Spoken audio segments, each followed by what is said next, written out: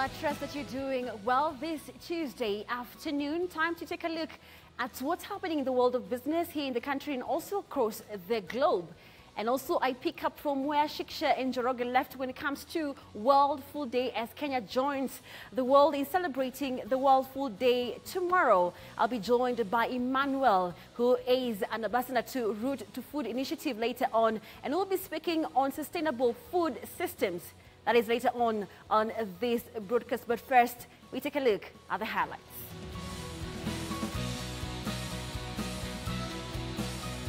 Yes, debt passes a 5.9 trillion mark.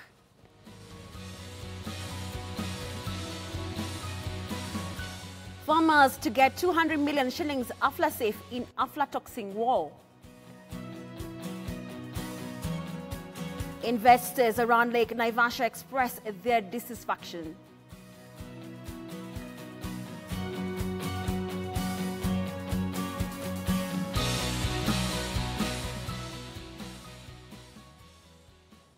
Welcome to the program, and you can join our conversation on sustainable food systems on our Twitter handle at K24TV, and you can tag me at Carol W. Jenga as we look at whether Kenya is ready for food security war or ensure that food security is sustainable when it comes to well-prepared hunger eradication measures.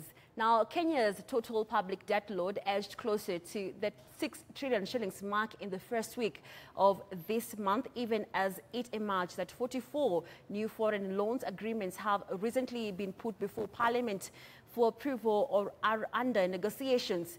Now, total domestic debt is at 2.83 trillion shillings, while the total external public liability was at 3.06 trillion shillings, marking a total of 5.9 trillion shillings. However, this did not factor in external debt that may have been incurred between July and this month, which could bring the total at least 6 trillion shillings. Just last week, Parliament also approved the increase in debt threshold to 9 trillion shillings as part of its effort to ensure that the Treasury is able to meet its annual budget going forward.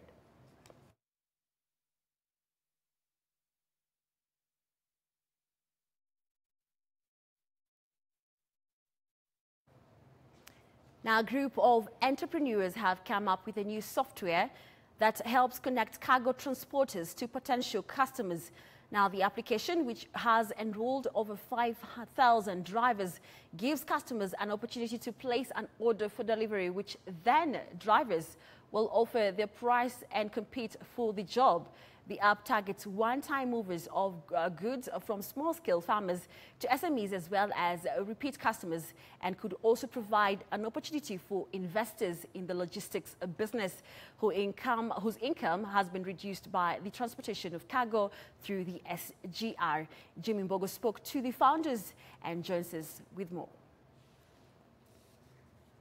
Well, indeed, thank you very much. And today we will be speaking about transforming the logistics business through a platform that offers drivers an opportunity to get new services. And just to speak to us about this, we will be joined by, that is one of the co-founders of AmiTrack. Now, what this application currently does is for you as a customer, you will go onto the platform, you will make a request just the same way you would on a mobile hailing application, and then you'll be connected to a driver. Then a couple of drivers will be expected to compete, and it's up to you as the customer just to be able to pick the price that you find favorable to you. It's a very new application that is expected to sort of reinvent how things are done in the current in the Kenyan logistical market, as opposed to having about 10 trucks parked together and just waiting for someone to come and ask them to transport their goods. This platform actually gives you an opportunity as a customer to go online, to issue, to sort of outline some of the things that you will be doing and what you expect from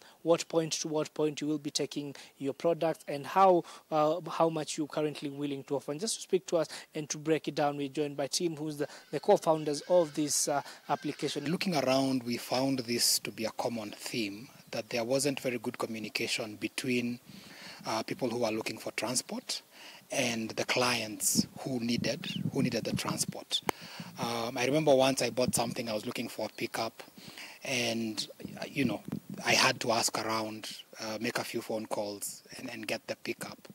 So it seemed like a market that would really benefit from the connectedness that technology could bring, so that if you needed a vehicle or if you needed something to be transported, you could go onto a platform and have your work sent out to many drivers who would then give you quotes, and that meant that you could get a good price. And by facilitating payments, it also meant that the drivers were sure that they were going to get paid when the work was done. What is the transactional cost? We kept it simple. We take 10% of the price that the driver and the client negotiate, and that's 10% of any price that the driver negotiates with the client for any truck size, and that's it. No other fees, no other charges involved. All right. As an entrepreneur, because I believe most people will see this idea and they might want to start something similar. Mm-hmm. And the question then comes in terms of investment, mm-hmm. how much did you put in it? I hesitate to give a specific value for the investment, because to be honest, the greatest investment is the time, the effort, and the skill that our team has put in. That having been said, it does cost about $1.5 million to keep the company going monthly. What guarantee would you sort of give me as a customer to be able to know that I will get a truck from your site, yeah, and my goods will be delivered on time? For starters, we insure your goods. So if anything happens when they're being unloaded, offloaded, transported, the goods are insured and they'll get replaced. The second thing we do is we vet our drivers and we vet the vehicles that we are using. In terms of the radius that you cover, yeah, or the some of the trucks on your site, yeah, are expected to cover. Maybe you can just clear this. We can transport goods throughout East Africa, and we are expanding into Eastern Africa. At the moment, we deal with loads that that go through Kenya at some point. Either the pickup is in Kenya or the drop-off is in Kenya. But as I said, we've started operations in Tanzania, and we're going to spread out into Eastern Africa. How effective is this? And also the fact that what kind of customers are you targeting, and which ones are currently the most frequent on the site? This has been very effective. We have really happy drivers. And the reason is just that it's one thing for somebody to tell you, I want you to do this job, this is the fixed price, this is the price we are offering, take it or leave it, right? In such cases, you'll find that sometimes a driver will feel that the price isn't profitable for them. But where a negotiation has taken place, where the driver has quoted, given their price, and the customer has accepted their price, they are more motivated to do a good job. So that's the first thing I'd like to clarify. The other thing, in terms of the customers that we are getting, the clients that we are getting. Well, indeed, it's quite an innovation that is expected to be very effective, and especially the Kenyan market, where we have seen a lot of Kenyans going onto social media to get their services. We see all kind of requests online, and just as with the success that has been there with the mobile hailing application, it is expected that Army Truck will also reflect the same results. But for now, back to you. Thank you, Jimmy Mbogo, for that update. Now, Kenya Airline Pilot Association has halted collective bargaining agreement talks with Kenya Airways management after contrasting on how the airline should handle its pilot shortage. Now, General Secretary Mureithi Nyaga, in a letter to KQ's outgoing Chief Executive Sebastian Mikoj, says the meeting had been thwarted until they commit to fair and honest dialogues. Now, on top of the suspension of CBA talks, Nyaga notified CALPA members that the union had filed a dispute in court after the talks slumped. Now, KQ has been making consecutive losses for over a decade, with recording that is 5.18 billion shillings lost annually. The key reason being flight cancellation as a result of the shortage of pilots.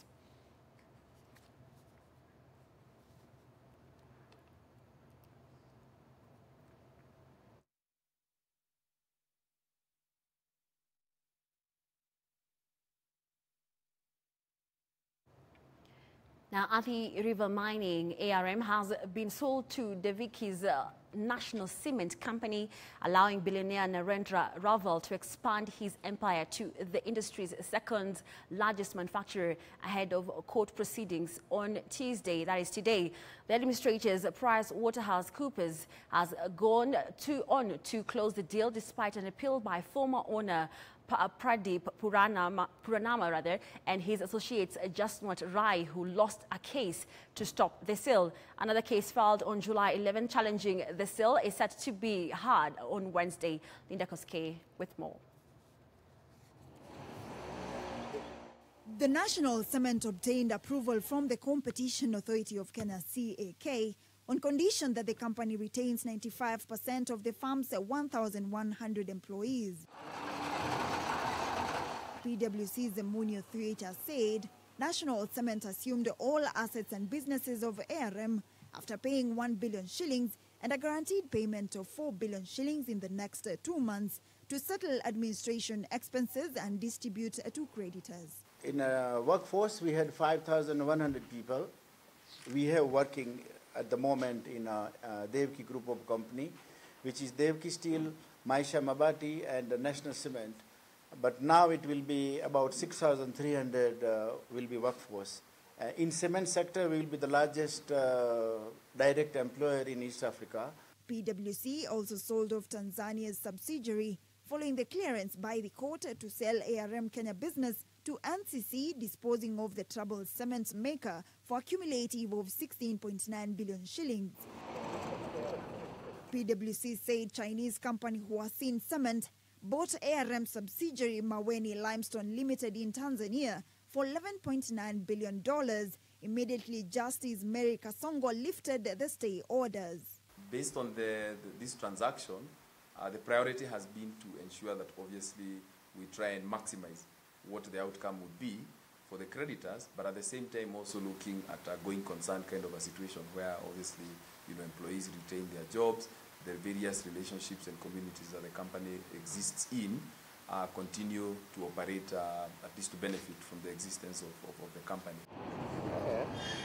ARM is set to make NCC, which manufactures the Simba Cement brand, the second biggest cement maker in Kenya. ARM has lost, which was once the second biggest cement maker in the country.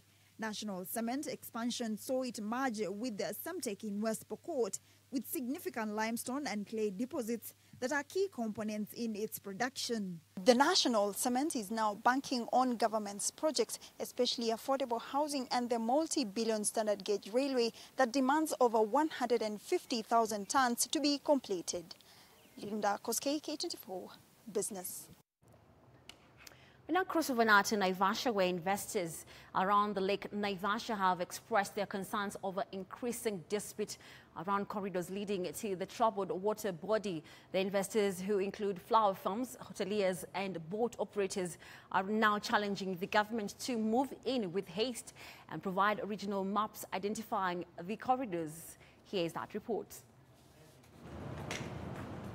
A couple of days after the High Court ordered the closure of Karagita Beach, members of the White Eagle community moved in to open another corridor between Sopa Hotel and Flamingo Flower Farm. According to the chairman, Lake Naivasha Growers Group, Richard Fox, lack of maps and plans from the government had affected the process of identifying the corridors.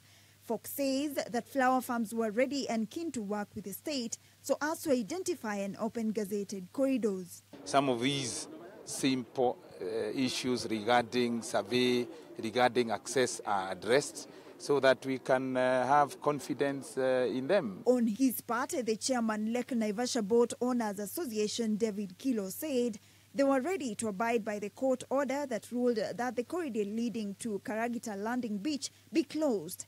He admitted that these would have adverse effects on hundreds of livelihoods, but was quick to add that they were law-abiding fishermen. We should avoid pollution of our lake. And lastly, we have agreed that we'll be meeting after 2 weeks so that we can sort that issue of the corridor between Super Rouge and Flamingo. The chairman, Lake Naivasha Riparian Association, faulted Nakuru County government for failing to address the issues of the fishermen and other players who depend on the water body. Linda Koskei, K24 Business. Now, the state will spend 200 million shillings on aflasafe, which is used in control of aflatoxin, for distribution to the worst hit counties, Agriculture Cabinet Secretary Mwangi Kionjori has said. Now, aflasafe is a BOC product for control of aflatoxin, a poisonous carcinogens produced by fungi that attacks produce such as maize, peanuts, and cotton seeds. According to Cabinet Secretary for Agriculture, this year the government will be distributing aflasafe to counties to help farmers bring an end to aflatoxin. Biological controls products like aflasafe give the farmers a simple, safe method of protecting crops in farms and stores. Well, and to continue on that conversation of aflatoxin and how we can maybe not use so much, well, we're planting crops. I'm joined by Emmanuel Atamba, who is the ambassador to Root to Food Initiative. Welcome to our studios. Thank you. And we'll pick up from where we left off. It comes to World Food Day. We will be joining the world in celebrating World Food Day. And we want to know, and I want you also to give us a comment on what the Cabinet Secretary Mwangi Kionjori is doing in ensuring that we use aflasafe, maybe to get rid of aflatoxin in our food systems. Thank you for having me first. Tomorrow is a very important day. We are going to celebrate the World Food Day. This is the time when the whole world is taking stock of the achievements that we have made towards achieving the SDG goal number 2, which is zero hunger. You would also know that the Kenya Constitution provides every Kenyan with the right to food. And so we also want to interrogate that tomorrow and see how far have we moved in ensuring that every Kenyan is free from hunger and every Kenyan has access to adequate food. There are many approaches towards that, and there's a very big conversation happening now, which is due to happen actually around our food systems. There are two models for Kenya. So one model is the highly industrial form of agriculture, which relies on chemical pesticides, relies on chemical fertilizers, and relies on expensive inputs. And another form of agriculture, which we also have an option to use, is a more sustainable form of agriculture that gives power to our smallholder farmers who produce more than 70% of the food that we eat. And also, you remember today is World Rural Women's Day. Also, women in rural areas are celebrated for the contribution they're making in agriculture and other sectors. And so, so tomorrow we want to look at that. And this is a conversation, as I said, that is happening, that Kenya is at a crossroad. So now we are between understanding where we need to move our food systems. And what you're looking at, aflasafe as a form of technology, that's a form of technology. And I think aflatoxin is a very big problem in the country. I'm seeing when people talk of aflatoxin, they're only focusing on maize. There are other crops that are also really worrying. You remember the issue with the groundnuts, with that company. So people are saying it's the company that did not check for aflatoxin. But groundnuts all over, groundnuts have this aflatoxin. Okay, picking up from a point that you just made earlier on about 1 of 9 people actually in the country, or in the world rather, or in Africa, actually go to bed hungry. When it comes to Kenya, what's the statistics about Kenya? So this year again, FAO did a very amazing thing. They really defined what hunger means and what food security means, because when people say hunger, we think it's the mild thing. In Kenya, actually, we've seen even reports from around May. We have had around 2.5 million Kenyans who have been facing acute hunger, actually. And you see, hunger is the physical, the physical discomfort when you lack food, when you don't access food. So the physical discomfort, the stomach rumblings, and the lack of energy, you find people collapsing and things like that. So that hunger is the worst form of food insecurity. But when you look at, again, when you look at people who are experiencing food insecurity, people who are not sure about what they're going to eat in January, people who are not sure about whether they're going to have dinner or not, the number is very big. More than 15 million Kenyans actually experience routine hunger. And that is in the sense that they are not sure of what they're going to eat. They're not sure whether the food they're eating is good enough for them. They're not sure whether the food they're eating is safe. Okay. And that number is increasing when you're looking at the recent issues of food safety. That number is going up because now more and more people are not sure of even what they're eating. So even those who are eating are suspecting that the food they're eating is causing them harm. So that is not, again, a definition of food security. Okay. When you talk about food we're eating or the type of food that we consume, something that we are supposed to be keen on, but rarely do we. But do really Kenyans even think about what they put on their plates? We do. People think about what they eat. Someone said, a very good friend of mine, Professor Wahome from University of Nairobi, he said, you know, if there's nothing to, when you're hungry, you know, you can eat even wood. So people say, I'd rather eat something that is going to be harmful than it kills me later than I die of the hunger itself. So Kenyans know that some of these issues are happening. Kenyans know that there are food safety concerns. And most of the Kenyans are becoming aware and they're questioning. But the problem is they do not have the ability to determine that for themselves. When you go to the next, for lunch today, that joint you're going to, you have no control to know whether the food that is there is safe or not. And that is why we have a government, that is why we are paying taxes, and that is the reason why we have all together agreed that we have the government in place so that it takes care of things that are beyond us. So food safety is actually beyond the citizens, and that is why the government needs to really take up that responsibility, ensure that one, Kenyans are free from hunger, and two, Kenyans have access to adequate food of sufficient quality for active life. So that is really the message, actually. Okay. There's a research Route to Food initiative embarked on the food challenge, and you did see a lot of food actually that had toxic substances. I would like us to paint us that picture for us on some of the areas that you touched on, and what was the revelations? Yeah, so what we have done the recent 2 months, we have run a campaign on the issue of pesticide use. There has been concerns even before we did that. People have talked about issues of pesticides. Our food has been seen to have a lot of pesticide residues. And by this I mean when you spray the pesticides and then when someone is going to eat the tomato, someone is going to eat the sukuma wiki, after harvesting, if you go and test, you find residues of the pesticide that was used. But we have never had a conversation on the kind of pesticides we have in our market. And the survey we did, we looked at the different databases, the EU database, and compared with the Kenyan database, and we actually found that more than 32% of the pesticides that we are using would be withdrawn in the European market. So, and we looked at the active ingredients. There are a lot of active ingredients registered in the country.